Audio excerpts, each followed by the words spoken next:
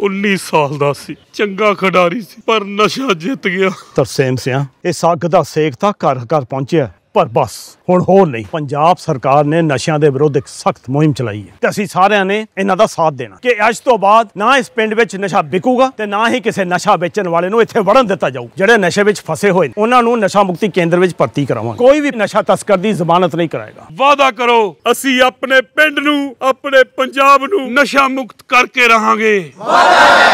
नमस्कार, world news में आज रूस में भयंकर तबाही मचने की आशंका जताई जा रही है और ये केवल रूस तक ही सीमित नहीं रहने वाला।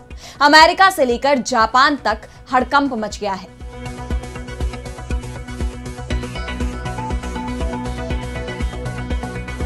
रूस में सुबह सुबह दशकों का सबसे शक्तिशाली भूकंप आ गया, जिससे काफी तबाही मची। इसे लेकर पूरी दुनिया चिंता में है। भूकंप की वजह से अमेरिका से लेकर जापान तक कई जगह सुनामी आ गई। कई द्वीपों में इमरजेंसी की घोषणा की गई है। लोग घरों की छत पर चढ़ गए। जापान का न्यूक्लियर प्लांट बंद करना पड़ा। तो रूस में भूकंप से जापान अमेरिका तक तबाही। कहां कितना हुआ नुकसान, किन देशों तक पहुंचा असर, इस पर हम करेंगे विस्तार से चर्चा। लेकिन आइए जरा उन खबरों को भी देख लें जिन पर आगे होगी बात। ब्रिटेन ने भी इजरायल के खिलाफ खोला मोर्चा। नीदरलैंड ने इजरायली मंत्रियों के खिलाफ लिया एक्शन। गजा युद्ध को लेकर अकेला पड़ा इजरायल। मिडिल ईस्ट में बढ़ रहा तनाव। ईरान के साथ आए रूस और चीन। अमेरिका, इजरायल ने ईरान को खत्म करने की दी धमकी। हिंदुस्तान पर 20 से 25% टैरिफ लगा सकता है अमेरिका। टैरिफ को लेकर राष्ट्रपति डोनाल्ड ट्रंप का बड़ा बयान। सबसे ज्यादा टैरिफ वसूलने का लगाया आरोप। और चलते चलते में देखेंगे, चांद से टकराएगा क्षुद्र ग्रह, क्या धरती पर भी मंडरा रहा खतरा? वैज्ञानिकों की खोज ने चौंकाया। इन सभी खबरों पर हम विस्तार से करेंगे बात, लेकिन पहले एक नजर हेडलाइंस पर।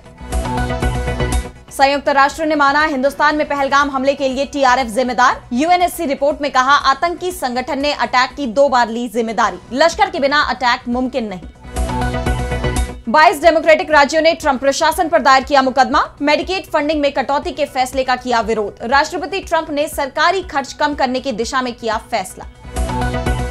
ऑस्ट्रेलिया में बच्चों के लिए बैन होगा यूट्यूब। पीएम एंथनी अल्बनीज का बड़ा फैसला। कहा सोशल मीडिया की एक सामाजिक जिम्मेदारी। पूर्व कनाडाई पीएम ट्रूडो संग दिखी अमेरिकी सिंगर कैटी पेरी। साथ में किया डिनर। हाल में केटी का 9 साल पुराना रिश्ता टूटा। तो रूस में 30 जुलाई की सुबह आए भूकंप ने पूरी दुनिया में दहशत पैदा कर दी है। भारतीय समय अनुसार सुबह 4:54 पर अचानक धरती हिलने लगी। बिल्डिंग्स हिलने लगी। घर में रखे सामान आपस में टकराने लगे। सड़कों पर खड़ी कारें जैसे डांस कर रही थी। पल भर में तबाही के मंजर की आशंका को भांपते हुए लोग घरों से भागने लगे। यह नजारा था एक भयानक भूकंप का, जो रूस के कमचातका प्रायद्वीप के पास आया था। मीडिया रिपोर्ट्स के मुताबिक भूकंप की वजह से कमचातका में 4 मीटर तक ऊंची सुनामी की लहरें उठी, जिनकी वजह से एक किंडरगार्टन स्कूल समेत कई इमारतों को भारी नुकसान पहुंचा है। रूस की मीडिया के रिपोर्ट के मुताबिक एक क्षेत्रीय हवाई अड्डे को नुकसान हुआ है। कई लोगों को मामूली चोटें भी आने की सूचना मिली है। इस भूकंप की तीव्रता रिक्टर स्केल पर 8.8 मापी गई है। भूकंप के बाद 30 से ज्यादा बार भूकंप के झटके भी महसूस किए गए, जिनकी तीव्रता 2 से 5 मापी गई। यूएस जियोलॉजिकल सर्वे यानी यूएसजीएस के मुताबिक इसका एपिसेंटर समुद्र के नीचे जमीन से 19.3 किलोमीटर की गहराई में था। इसे दुनिया का 6ठा सबसे बड़ा भूकंप माना जा रहा है। और दिलचस्प बात तो यह है कि अब तक 5वां सबसे भीषण भूकंप भी रूस के कमचातका इलाके में ही आया था। यह भूकंप 1952 में आया था, जिसे दुनिया का पहला दर्ज किया गया 9 तीव्रता का भूकंप माना जाता है। इस भूकंप के चलते पूरे प्रशांत महासागर में सुनामी का खतरा मंडराने लगा है। रूस में आए इस भूकंप ने अमेरिका से लेकर जापान तक हड़कंप मचा दिया। दरअसल कमचातका प्रायद्वीप रूस के सुदूर पूर्वी हिस्से में स्थित है।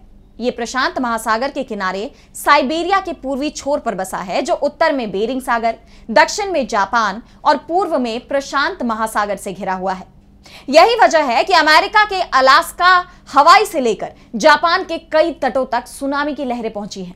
मीडिया रिपोर्ट्स के मुताबिक कमचातका के कुरिल द्वीप समूह पर सेवेरो कुरिलस के पास सुनामी की 4 मीटर ऊंची लहरें उठी। कुछ लहरें 5 मीटर तक ऊंची थी। अमेरिका के हवाई में 4 फीट ऊंची सुनामी की लहरें उठी। इनके 10 फीट ऊंचे उठने की आशंका जताई जा रही थी। अमेरिका के अलास्का में भी सुनामी की लहरें पहुंच गई हैं। जापान के होक्काइडो समेत 16 से ज्यादा तटों पर सुनामी दर्ज की गई, जो 30 से 40 सेंटीमीटर ऊंची है। रूस, चिली, पेरू, इक्वाडोर, चीन जैसे लगभग 30 देशों में सुनामी के सायरन बज रहे हैं। वहीं जापान में 20 लाख लोगों को सुरक्षित जगह जाने की सलाह दी गई है। जापान ने अपने फुकुशिमा परमाणु रिएक्टर को भी खाली करा लिया है। कई द्वीपों से टूरिस्ट अपनी जान बचाने के लिए वापस लौट रहे हैं। रूस में आए इस भूकंप ने पूरी दुनिया में दहशत पैदा कर दी है। और अब बढ़ते हैं अगली खबर की तरफ, जहां हम बात करेंगे दुनिया में इजरायल के बढ़ते विरोध की। तो गजा युद्ध को लेकर इजरायल के खिलाफ दुनिया में गुस्सा बढ़ रहा है। कई देशों में पहले से ही फलस्तीन के समर्थन में और गजा पर इजरायली हमलों के विरोध में प्रदर्शन देखे जा रहे हैं। हालांकि अमेरिका में इन प्रदर्शनों पर रोक लगाने के लिए राष्ट्रपति डोनाल्ड ट्रंप की तरफ से कार्रवाई भी की जा रही है, लेकिन यह विरोध बढ़ता ही जा रहा है। खासतौर पर यूरोपीय देशों में इजरायल के खिलाफ आक्रोश है। फ्रांस ने तो पहले ही फलस्तीन के समर्थन में अपना रुख साफ कर दिया है। वो फलस्तीन को एक स्वतंत्र राष्ट्र के रूप में मान्यता देने को तैयार है। और अब ब्रिटेन ने भी फ्रांस की ही तरह इजरायल के खिलाफ मोर्चा खोल दिया है। ब्रिटिश पीएम कीयर स्टारमर ने कड़ी चेतावनी दी है कि अगर इजरायल हमास के साथ युद्ध विराम पर सहमत नहीं होता तो ब्रिटेन सितंबर में फलस्तीन को स्वतंत्र देश के रूप में मान्यता दे देगा। स्टारमर ने यह भी साफ किया कि मान्यता तुरंत नहीं दी जाएगी, बल्कि ये उस व्यापक यूरोपीय कोशिश का हिस्सा होगी जिसका उद्देश्य गजा युद्ध को खत्म करना है। दरअसल इजरायली हमलों के बीच गजा की जो तस्वीरें सामने आ रही हैं, वो बेहद चिंताजनक है। वहां लोगों के पास अब रहने को घर नहीं, खाने को अनाज नहीं और सुरक्षा का कोई भी जरिया नहीं बचा। कई अंतर्राष्ट्रीय समुदायों ने गजा में लोगों को राहत देने के लिए युद्ध विराम की मांग उठाई है, लेकिन इजरायली हमले रुकने का नाम नहीं ले रहे। ऐसे में अब यूरोपीय देशों की तरफ से भी इजरायल पर दबाव बनाने की कोशिश शुरू हो गई है। फ्रांस, ब्रिटेन फलस्तीन को मान्यता देने की राह पर है, तो नीदरलैंड ने इजरायल के 2 मंत्रियों पर बैन लगा दिया है। इजरायल के विदेश मंत्री बेजालेल स्मोट्रिक और security minister Itamar Ben Gvir की नीदरलैंड में एंट्री पर बैन लग गया है। नीदरलैंड सरकार का कहना है कि हमारा फैसला इसलिए है ताकि गजा में जो अमानवीय हालात बने हुए हैं उन्हें खत्म किया जा सके। इन लोगों ने फलस्तीन के लोगों के खिलाफ हिंसा भड़काने की बात कही है, जिससे गजा में हालात और बिगड़े हैं, इसलिए उनकी एंट्री पर बैन लगा दिया गया। इसके अलावा यूरोपीय देशों ने इजरायल के लिए रिसर्च फंडिंग में भी कटौती का ऐलान किया है, जिससे आर्थिक मोर्चे पर भी उसे कमजोर किया जा सके और दबाव बनाया जा सके। लेकिन सवाल यह है कि क्या इससे इजरायल गजा में युद्ध रोकने को तैयार होगा, क्योंकि उसे अमेरिका का पूरा समर्थन मिला हुआ है। अमेरिकी राष्ट्रपति डोनाल्ड ट्रंप ने तो इजरायल को गजा में तबाही मचाने की खुली छूट दे दी है। साफ कह दिया है कि अब वक्त आ गया है जब हमास का खात्मा किया जाए। ऐसे में क्या यूरोपीय देशों में बढ़ता इजरायल का यह विरोध उसे बैकफुट पर ला पाएगा? यह देखने वाली बात होगी। और अब अगली खबर में बात होगी ईरान और अमेरिका के बीच बढ़ते तनाव की। तो पश्चिम एशिया में तनाव कम नहीं हो रहा है। इजरायल और ईरान के बीच सीज फायर कब तक चलेगा, इस पर सवाल है। अमेरिका की भी तरफ से इस मामले में सीधी एंट्री की जा चुकी है। डोनाल्ड ट्रंप ईरान को धमकी दे रहे हैं, लेकिन अब यह माना जा रहा है कि जंग अगर हुई तो ये ईरान, इजरायल और अमेरिका तक सीमित नहीं रहेगी, क्योंकि अब रूस और चीन भी इस जंग में ईरान का समर्थन करने के लिए मैदान में उतर चुके हैं। हालात युद्ध की ओर बढ़ते दिख रहे हैं, जिसमें अमेरिका और उसके सहयोगियों के खिलाफ ईरान को रूस और चीन का साथ मिलता दिखाई दे रहा है। ये तीनों देश एकजुट होते दिखाई दे रहे हैं। चीन और रूस भी अमेरिका के ही पैटर्न पर काम कर रहे हैं कि पहले किसी देश को हथियार दो, फिर युद्ध में अगर जरूरत पड़े तो सीधे तौर पर उतरा। इससे ईरान के क्षेत्र में चीन और रूस का प्रभाव बढ़ेगा, जिसका मतलब है अमेरिका को मध्य पूर्व में भी ये देश सीधे चुनौती देंगे। ईरान ने अपनी सुरक्षा को मजबूत करने के लिए रूस से S-400 एयर डिफेंस सिस्टम, चीन से J-10C फाइटर जेट्स और PL-15 मिसाइलें हासिल की हैं। यह हथियार ईरान को इजरायल और अमेरिका के हमलों का मुकाबला करने में बढ़त दिला सकते हैं। इसके अलावा ईरान ने अपने परमाणु प्रोग्राम को तेज कर दिया है, जिससे अमेरिका और इजरायल की चिंताएं बढ़ गई हैं, क्योंकि डोनाल्ड ट्रंप लगातार ईरान पर दबाव बना रहे हैं, धमका रहे हैं कि ईरान अपना परमाणु कार्यक्रम बंद कर दे। अगर ईरान परमाणु हथियार बनाने की कोशिश करता है तो अमेरिका उसे खत्म कर देगा। वहीं इजरायल ने ईरान के परमाणु वैज्ञानिकों को निशाना बनाने की कोशिश की है, लेकिन ईरान ने इन हमलों को विफल कर दिया है और अपने परमाणु कार्यक्रम को भी तेज कर दिया है। यानी पश्चिम एशिया में बढ़ते तनाव के चलते जंग की आशंका बनी हुई है। लेकिन इस बार जो जंग होगी वो सिर्फ पश्चिम एशिया के एक हिस्से यानी ईरान और इजराइल के बीच ही नहीं रहेगी। अगर अमेरिका और इजराइल ने ईरान पर हमला किया तो रूस और चीन की मौजूदगी इसे विश्व युद्ध में बदल सकती है। और अब अगली खबर में बात होगी डोनाल्ड ट्रंप की हिंदुस्तान को धमकी की। तो हिंदुस्तान और अमेरिका के बीच व्यापार को लेकर बातचीत चल रही है। अमेरिकी राष्ट्रपति डोनाल्ड ट्रंप की तरफ से हिंदुस्तान पर दबाव डाला जा रहा है कि वो जल्दी ही अमेरिका से डील कर ले। 1 अगस्त तक की समय सीमा भी ट्रंप की तरफ से तय की गई है, लेकिन हिंदुस्तान की तरफ से कहा जा रहा है कि इस समय सीमा को और बढ़ाया जाए, क्योंकि दोनों ही देशों के बीच अभी तक समझौता नहीं हो पाया है, बातचीत चल रही है। और अगर ट्रंप समय सीमा को बढ़ाते हैं तो 25 अगस्त को नई दिल्ली में होने वाले अगले दौर की बातचीत तक समझौते की संभावनाएं खुली रहेंगी। हिंदुस्तान की तरफ से उम्मीद जताई गई है कि बातचीत चल रही है, कुछ भी हो सकता है। उम्मीद है कि अमेरिका समय देगा, लेकिन अंतिम फैसला वहां की ही सरकार को लेना है। वहीं ट्रंप ने भी साफ कह दिया है कि अब वो ज्यादा समय तक इंतजार नहीं करेंगे।